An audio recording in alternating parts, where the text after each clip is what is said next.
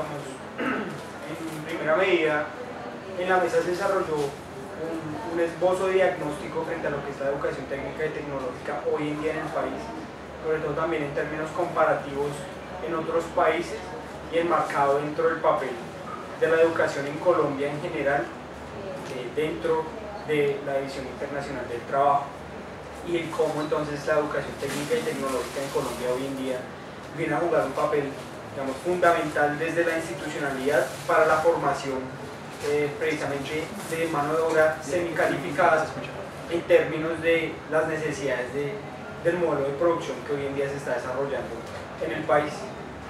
Digamos, en términos de propuestas, de conclusiones,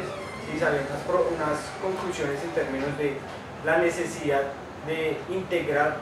el sistema de instituciones técnicas y tecnológicas al sistema de universidades públicas en el país, en términos de la necesidad de alzar los niveles de calidad en estas instituciones. ¿Por qué es necesario alzar los niveles de calidad? Porque consideramos que se necesita valorizar hoy en día la educación técnica y tecnológica en términos de elevar la educación tecnológica hacia el nivel universitario como lo es en los países desarrollados, y no simplemente una formación para el trabajo que implica la reproducción del sistema y de la desigualdad social en términos de convertir a las personas en un tornillo más dentro de la maquinaria del sistema productivo. En eso fue asociado con, digamos, con el modelo económico. Hay una aceptación en la comisión de que el modelo extractivista y el modelo, digamos, de uso de la tierra abusivo que está ocurriendo en los últimos años, en las últimas décadas, no solo en Colombia sino en América Latina, explica el grueso de la inversión extranjera directa en el país. Hoy el 70% de la inversión extranjera es petróleo y minería, y el discurso que presenta el Ministerio de Educación, que lo coloca bajo el calificativo de pertinencia, es educación técnica y tecnológica para ese modelo. Es decir, es la idea de que lo pertinente de formar para ese modelo. Es decir, que lo que el sistema de educación en general y el sistema de educación superior en particular debe formar es, o debe ser pertinente con un modelo que de alguna manera está destruyendo los territorios y en el cual el trabajo es trabajo bastante precario, dado que en la particularidad hoy de la periferia nuestra, que es la periferia de América Latina, una de las particularidades de toda la política social a nivel general es bajar el salario a unos niveles bastante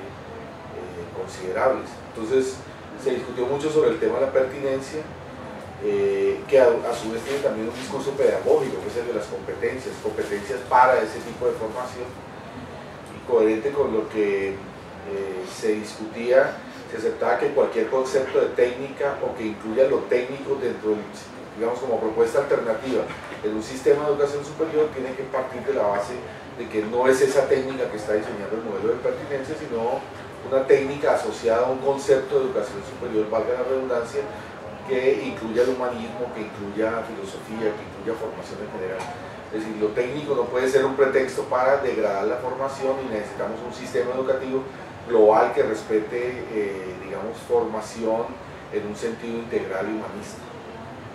Igual se discutió también el tema de la crisis fiscal y las dificultades que se vienen con la crisis fiscal, 12.5 billones que ha confesado el Ministerio de Hacienda de déficit para el presupuesto del año entrante, lo cual va a afectar muchísimo lo que es la inversión educativa. El gobierno salió con una ofensiva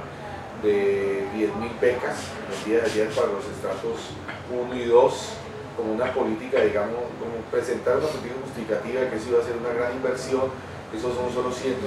millones de pesos año, que no compensa para nada el déficit fiscal que los propios rectores están diciendo existe en la universidad pública, de aproximadamente 2.5 billones, un documento de rectores que terminaron aceptando eso hace aproximadamente 3 años. Es decir, que hacen una gran demagogia con becas del ICETEX para hacer una cortina de humo con relación a la reducción del presupuesto que se viene a nivel general para la educación superior, lo cual significa que lo técnico y lo tecnológico se va a expandir con menos recursos y que va a haber una política. Eso está en el acuerdo, el famoso acuerdo 2034 del CESU, el llamado acuerdo hacia el 2034 del CESU. La injerencia directa de lo privado en la financiación de los presupuestos año de la universidad pública. Es decir, por un lado va a haber una ampliación de lo tecnológico educativo bajo este concepto de precarización formativa, y por otro lado va a haber una degradación de la financiación de mediano y largo plazo, de la financiación de la educación pública, y por consiguiente la injerencia directa del capital privado en lo que llama el mismo documento la sostenibilidad fiscal de las universidades públicas.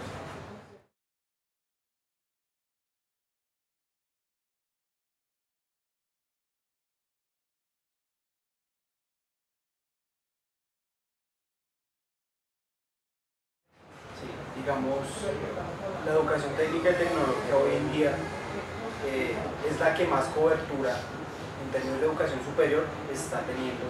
en el país, ¿sí? Cuestión que se quiere profundizar aún más con el acuerdo 2034, es decir, la nueva política pública de educación superior. Y siendo esto el hecho, ¿sí?, es necesario que el movimiento estudiantil, la Federación de Estudiantes Universitarios y todas las fuerzas relevantes del movimiento estudiantil y el movimiento social y popular colombiano, en cuanto a que la educación es un problema relevante para la sociedad, se piense en cómo se está desarrollando esa política pública de educación superior, el para qué, ¿sí?, y digamos los métodos pedagógicos, que se revise en realidad cuál es la finalidad de la educación técnica y tecnológica hoy en día en el país y cuál es la proyección. A grosso modo, lo que plantea el acuerdo 2034 es la ampliación de la cobertura a partir de estas instituciones, haciendo también en el marco de la analogía de los tiempos del capital con los tiempos de la educación,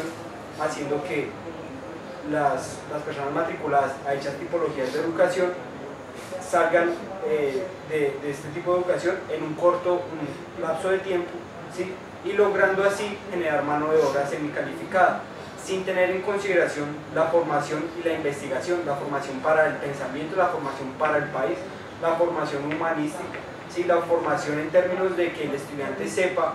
para quién le está sirviendo, para quién se está formando,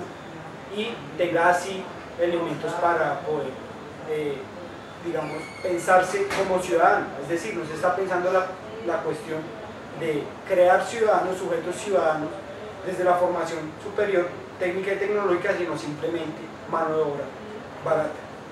Entonces, siendo también el hecho de que la gran mayoría de personas y las capas sociales bajas sobre todo están accediendo solamente a este tipo de educación, es un problema socialmente relevante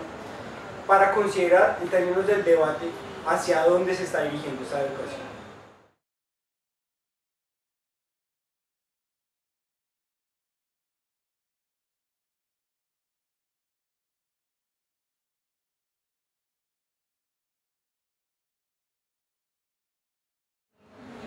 Para las técnicas tecnológicas, en general para la educación superior, viene un proceso de reducción de recursos desde el punto de vista fiscal, porque la crisis fiscal ya se oficializó en el país. Para el presupuesto del año entrante ya tenemos un déficit reconocido por el propio Ministerio de Hacienda de 12.5 billones de pesos, que va a terminar, no sé si este año o el otro año, va a terminar en IVAs, un incremento y más castigo a la población por la vía tributaria. Entonces, ese es el escenario que tienen diseñado en el mediano y largo plazo. O sea, quienes definen sobre el modelo, o sea, las élites que definen y diseñan el modelo, y los técnicos que definen y diseñan el modelo, saben que no va a haber gran capacidad presupuestal en el mediano y largo plazo. Eso se expresa, por un lado, para los institutos técnicos y tecnológicos, en ampliación de cobertura de los mismos sobre la base de un currículo donde se reduce tiempo y se reduce, digamos, áreas de formación comprensiva global para formar al trabajo precario. Eso significa una reducción considerable de tiempos. Esto es, si ustedes revisan lo que viene haciendo el SENA en el último periodo, incluso va a tener un problema también en el mediano plazo si se profundiza la crisis fiscal, porque la última reforma tributaria acabó con las parafiscales del SENA y del ICBF. Pero más allá de esa discusión, si se revisa el SENA, y lo que se viene haciendo como currículum, hay una reducción de tiempo bajo el alegato de que, digamos, que se necesita formar en cápsulas muy concretas para la producción. Más o menos el discurso es: si una persona va a estar manejando el clutch de un carro, le plague un carro, ¿para qué diablos va a saber de la sociedad y de la cultura y del país? No, formémoslo para eso. Es decir, es una formación instrumental y una pedagogía que habla de las competencias. Competencias es formarse para ese tipo de trabajo. Entonces va a haber un proceso de expansión. Incluso el acuerdo 2034 habla de más recursos para el SENA, técnicos y tecnológicos, pero desde esta perspectiva, y menos para los universitarios, para la institución de educación superior, lo cual significa que va a haber una injerencia de lo privado que también va a afectar el tema de la autonomía. Es decir, el tema de la autonomía no es solo el gobierno interno de la universidad y la discusión que es muy válida sobre los gobiernos internos y quién en últimas tiene la capacidad de decisión dentro de la universidad, sino también cómo lo invasivo del capital termina desde afuera también controlando las posibilidades de expresión curricular y las posibilidades, digamos, de una formación diferenciada.